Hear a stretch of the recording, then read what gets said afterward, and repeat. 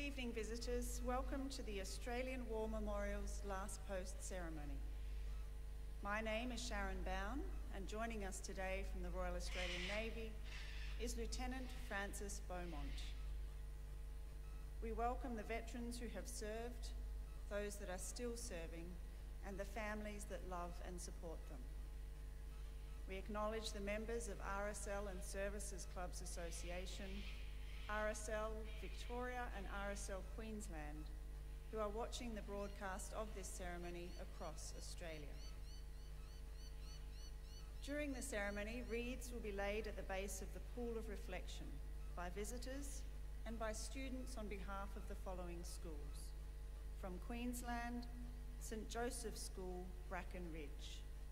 From the Northern Territory, O'Loughlin Catholic College, Carramar, and from Western Australia, Swan Christian College, Middle Swan. Please stand and join in singing the national anthem.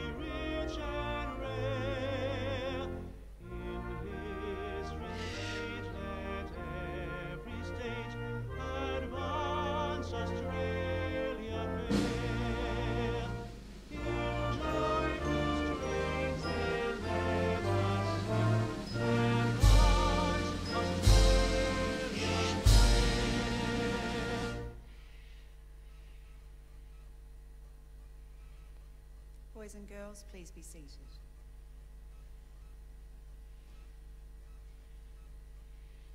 The Australian War Memorial was the vision of Charles Bean, Australia's First World War official historian. Bean landed with the Australian troops on Gallipoli and stayed with them at the front through to the end of the war. The idea of this national memorial and museum came to him at Pozières, France, in the depth of the bloody fighting of 1916. Bean's idea was that this would be a place where families and friends could mourn loved ones buried in faraway places. It would also be a place that could help all Australians understand what these men and women had endured and what they had done for us. Bean's vision, to which we remain true, is best expressed as inscribed in the entrance to the memorial's galleries. Here is their spirit, in the heart of the land they loved, and here we guard the record which they themselves made.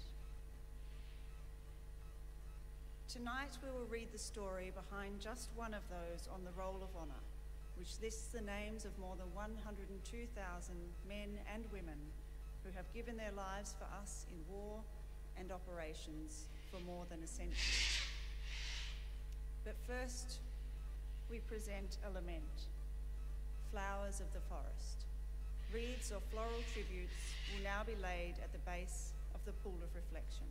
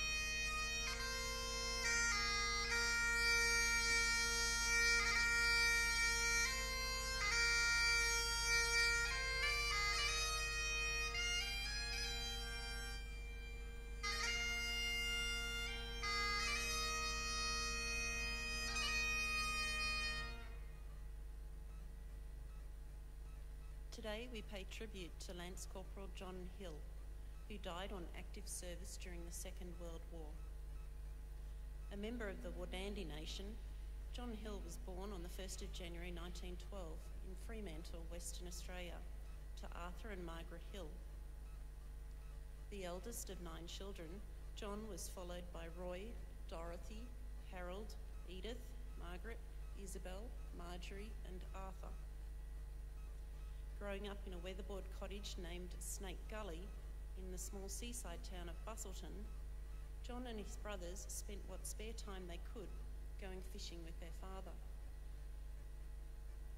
In the years prior to the Second World War, John and Roy had saved their money to purchase a Chevrolet truck and found work contracting and wheat carting in the wheat belt area of rural Western Australia.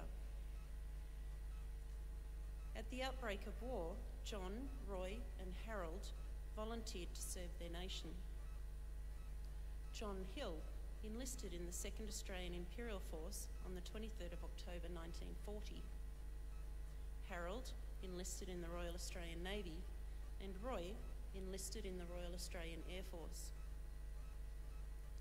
John Hill was posted to the 2/4th Machine Gun Battalion. A support unit for the 8th Division, it was raised in Western Australia and commenced training in Northern Military Camp. Hill was assigned to B Company and over the following months attended a number of training schools from which he qualified as a mechanic and transport driver. He was soon promoted to Lance Corporal and assigned as a driver of a Bren gun carrier. In July 1941, the battalion moved to Adelaide and in October to Darwin. Following Japan's entry into the war in December 1941, the 2/4th Machine Gun Battalion was sent to join units of the 8th Division, then stationed in Malaya. However, the Japanese attack on New Britain forced the convoy carrying the battalion to travel the long way around Australia via Sydney and Fremantle. It did not reach Singapore until the end of January. By the time the battalion arrived, the Japanese had captured Malaya and were preparing to invade the island of Singapore. During the ensuing battle for Singapore, Lance Corporal Hill was wounded in the arm and head. Despite this, he still managed to drive his Bren gun carrier with its dead and wounded crew members back to an aid post. After weeks of fierce fighting, Singapore fell to the Japanese on the 15th of February 1942, and Hill became one of 45,000 Australian and British troops captured in the surrender. He was sent to Selarang Barracks in the large prisoner of war camp at Changi, where he slowly recovered from his wounds. Later, he was moved from Changi to the camp at Adam Park, from where he was employed on work parties around Singapore. In late February 1943, Hill contracted dysentery. He was sent to the hospital in Changi, but died from his illness on the 11th of March. He was buried the following day at the AIF cemetery in Changi. Harold and Roy Hill both survived the war. After enlisting in the RAN, Harold had joined the crew of HMAS Perth. He too became a prisoner of the Japanese following Perth's sinking and narrowly missed meeting up with John when he passed through the Changi camp in October 1942. John had left the Changi camp on a work party only a few days earlier. In fact, it is likely John was working on the wharves when Harold's transport ship docked in Singapore. Harold was put to work on the Burma-Thailand Railway and later wrote a memoir of his experiences. Roy Hill, who had enlisted in the RAAF, became a pilot and an officer in Bomber Command. Serving in Britain, he flew Lancaster bombers for No. 106 and No. 189 squadrons of the Royal Air Force. Following the war's end, John Hill's remains were reinterred in the British and Commonwealth War Cemetery at Kranji, Singapore. The original cross that had marked his grave in Changi was collected by his mates and brought back to Australia. It was later donated to the Australian War Memorial. The epitaph on his grave in Singapore, chosen by his family, bears the inscription, "His duty nobly done, ever remembered." Lance Corporal John Hill was one of thousands of Indigenous Australians to serve during the Second World War. In honour of the great oral tradition of Indigenous Australians, we tell his story. His name is listed here on the Roll of Honour on my left, among some 40,000 others who died while serving in the Second World War. His photograph is displayed today beside the pool of reflection. This is but one of the many stories of service and sacrifice told here at the Australian War Memorial.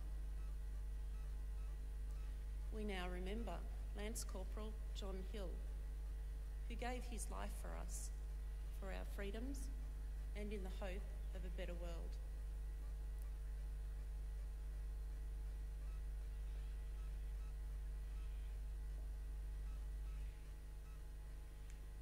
Please stand for the reading of the Ode and the sounding of the last post.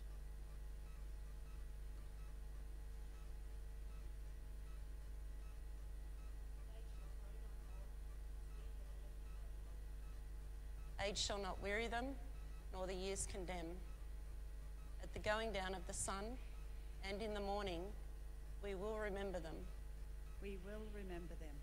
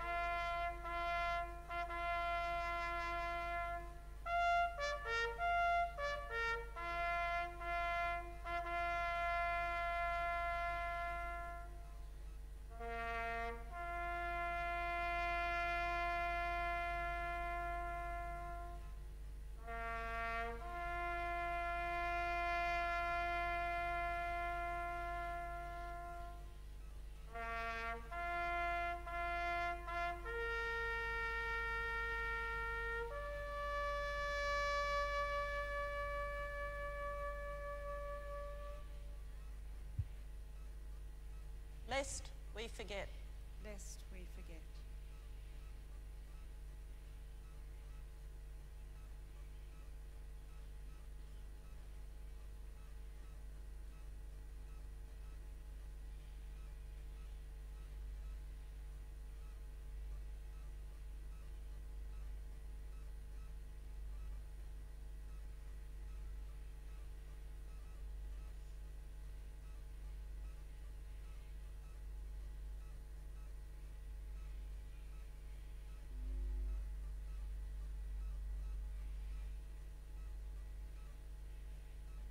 We leave you this evening with the words of the memorial's founder, Charles Bean. Many a man lying out there at Poziere or in the low scrub at Gallipoli, with his poor, tired senses barely working through the fever of his brain, has thought in his last moments, well, it's over. But in Australia, they will be proud of this. Ladies and gentlemen, that concludes the last post ceremony. We thank you for visiting the Australian War Memorial and we wish you all a very good evening. Thank you.